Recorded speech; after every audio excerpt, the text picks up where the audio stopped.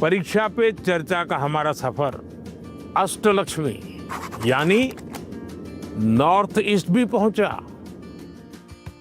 और गुवाहाटी में परीक्षा पे चर्चा, और वो भी ब्रह्मपुत्रा के उस बहते हुए प्रवाह के बीच मजे से सैर करते करते चर्चा भी चलती रही।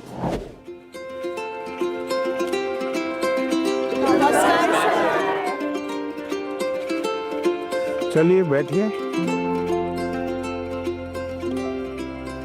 प्रणाम माननीय प्रधानमंत्री जी, हम सभी आपको एक गमछा पहनाना चाहते हैं। जरूर। असम में आए और गमछा न हो।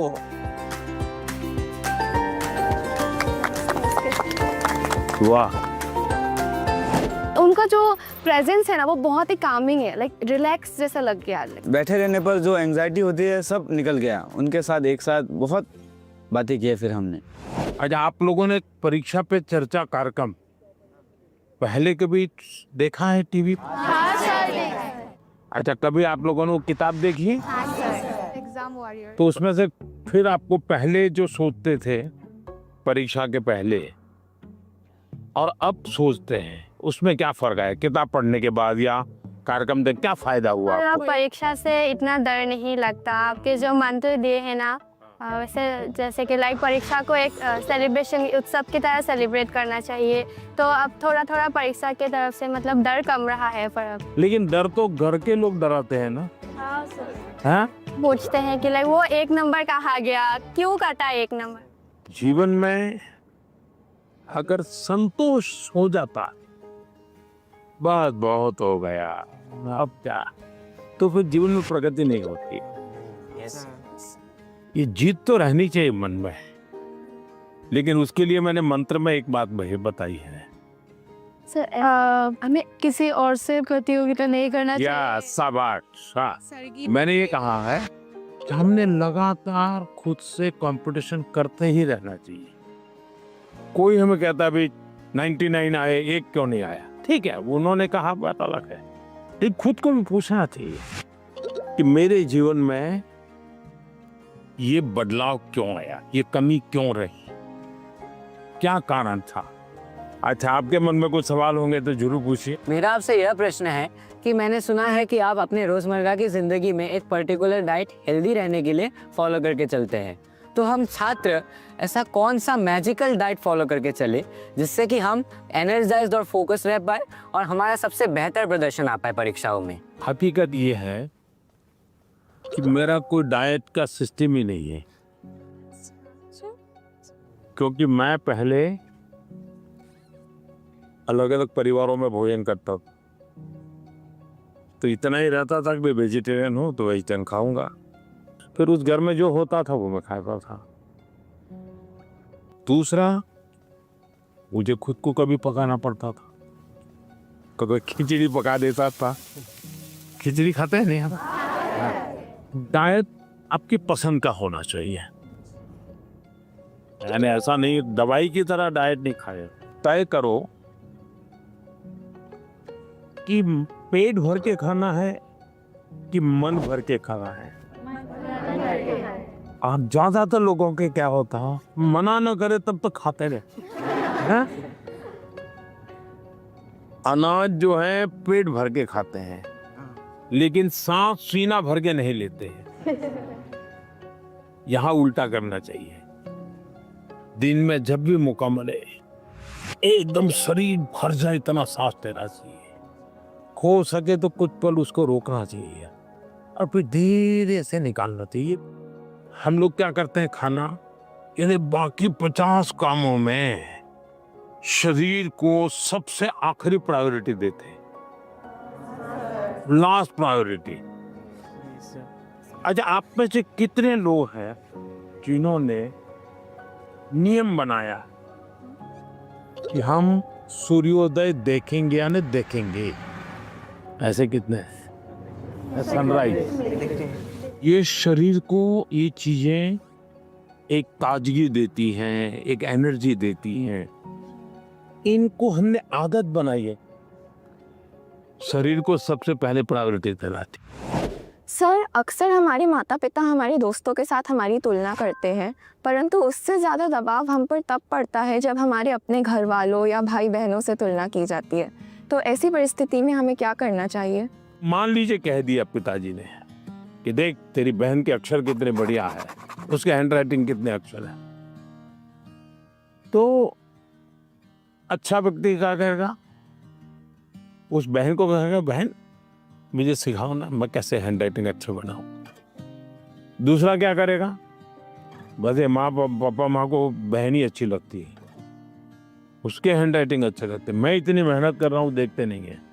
अगर परिवार में भी किसी एक की अच्छाई की बात होती है तो हमने उस भाई या उस बहन से उसकी अच्छाइयों को सीखने का प्रयास करना चाहिए और पिता माता को कहना चाहिए कि आपने अच्छी बात बताई, ये चीज मेरे में नहीं है, मुझे बताइए मैं कैसे इसको तैयार करूं। तो पिता माता का आपकी तरफ देखने का तो देखिए ये बुरा नहीं मानता है, ये इसमें से सीखने का प्रयास करता है। कंपैरिजन से माँ बाप ने बचना चाहिए और मैं हर माँ बाप से कहता हूँ कि कृपा करके आप परिवार में किसी के सामने उतनी तारीफ न करें ताकि बच्चे की आदत खराब हो जाए। इतनी तारीफ न करें एक बच्चे की कि दूसरे बच्चे को लगे कि देखो हर बार ये तो इसकी बात दुनिया में बताते रहते, मेरी तो बताते नहीं। परिवार में अगर निकट हमसे कोई ज्यादा अच्छा है, हमें मनोमन उसको गुरु मान लेना चाहिए।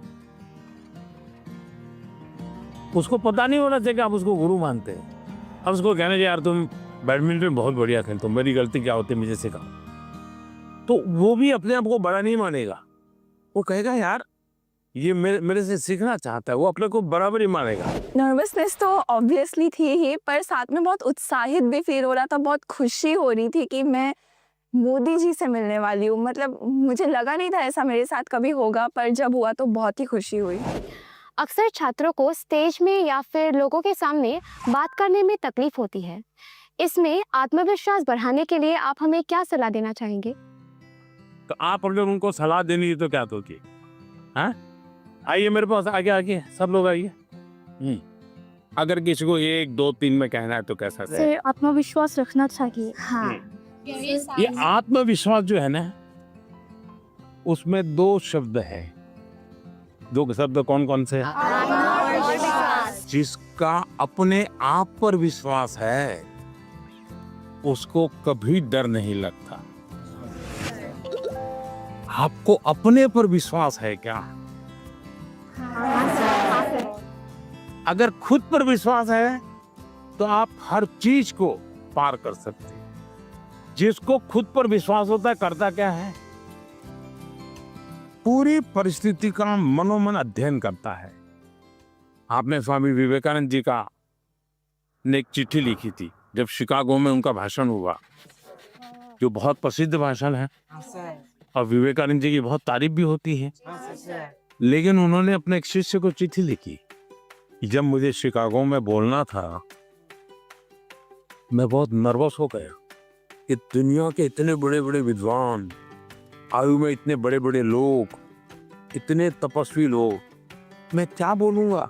तो उन्होंने उसको लिखा मैं बहुत था, और फिर बोले मैंने मन में माँ सरस्वती को याद किया और माँ सरस्वती को मैंने कहा कि माँ मुझ में जितनी शक्ति है उसको जगा दो, जो कुछ मैं सीखा हूं वो एक साथ मेरे जुबा पे आ जाए। बोले मैंने ऐसी प्रार्थना की और मैं गया मंच पे, और जब मैंने sisters and brothers of America ऐसा कहता ही 2 मिनट तक तालियां बजती रही। बस वो एक टर्निंग पॉइंट बन गया, विश्वास आ गया। नहीं, मैं सोचता था वैसा मैं नहीं हूं, मेरे भीतर तो कुछ है, आत्मविश्वास आ गया। तो हर एक के जीवन में आज कितने ही अच्छे वक्ता क्यों ना हो, कितने ही बड़ा अच्छे खिलाड़ी, आपने देखा होगा क्या सचिन तेंदुलकर कभी 0 से आउट नहीं हुए क्या?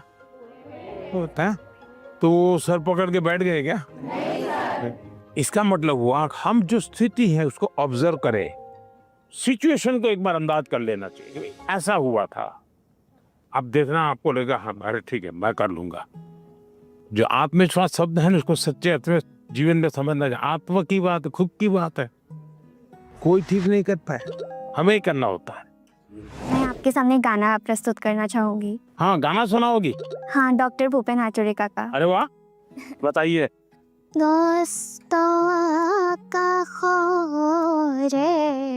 সপোন ৰহত হানি ক্লান্ত লুইতৰে হেঙুলীয়া পানী। वाह, हमारे गांव में हमारे घर के पास माईजान टी स्टेट है। वहाँ पर मेरी मामी 8 सालों से चाय पत्ती तोड़ने की काम करती है। ओ, तो आप चाय बागान से है।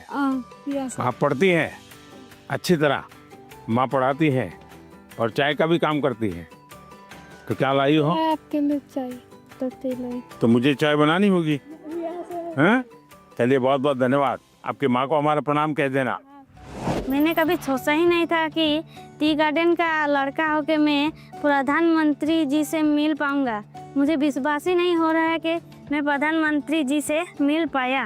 इतना जनरेशन गैप होने के बाद भी जब वो हमारे बातों को समझते हैं, मतलब बहुत अच्छा लगा। आपने देखा कि कैसे एग्जाम की बात तो हुई ही, साथ ही लोकल संगीत, असम की चाय, वो भी परीक्षा पे चर्चा का यादगार हिस्सा बन गई। परीक्षा एक ऐसा अवसर है और परीक्षा के लिए हेल्दी कंपटीशन की भावना हमारी तैयारी को और बेहतरीन बनाती है। इन सभी चर्चाओं में स्थान अलग अलग थे, स्टूडेंट्स अलग अलग थे, अनुभव अलग थे, लेकिन हर चर्चा का उद्देश्य एक ही था, हर स्टूडेंट को सुनना, समझना और साथ मिलकर कुछ न कुछ सीखना। आप सभी को मेरी बहुत बहुत शुभकामनाएं। बहुत बहुत धन्यवाद।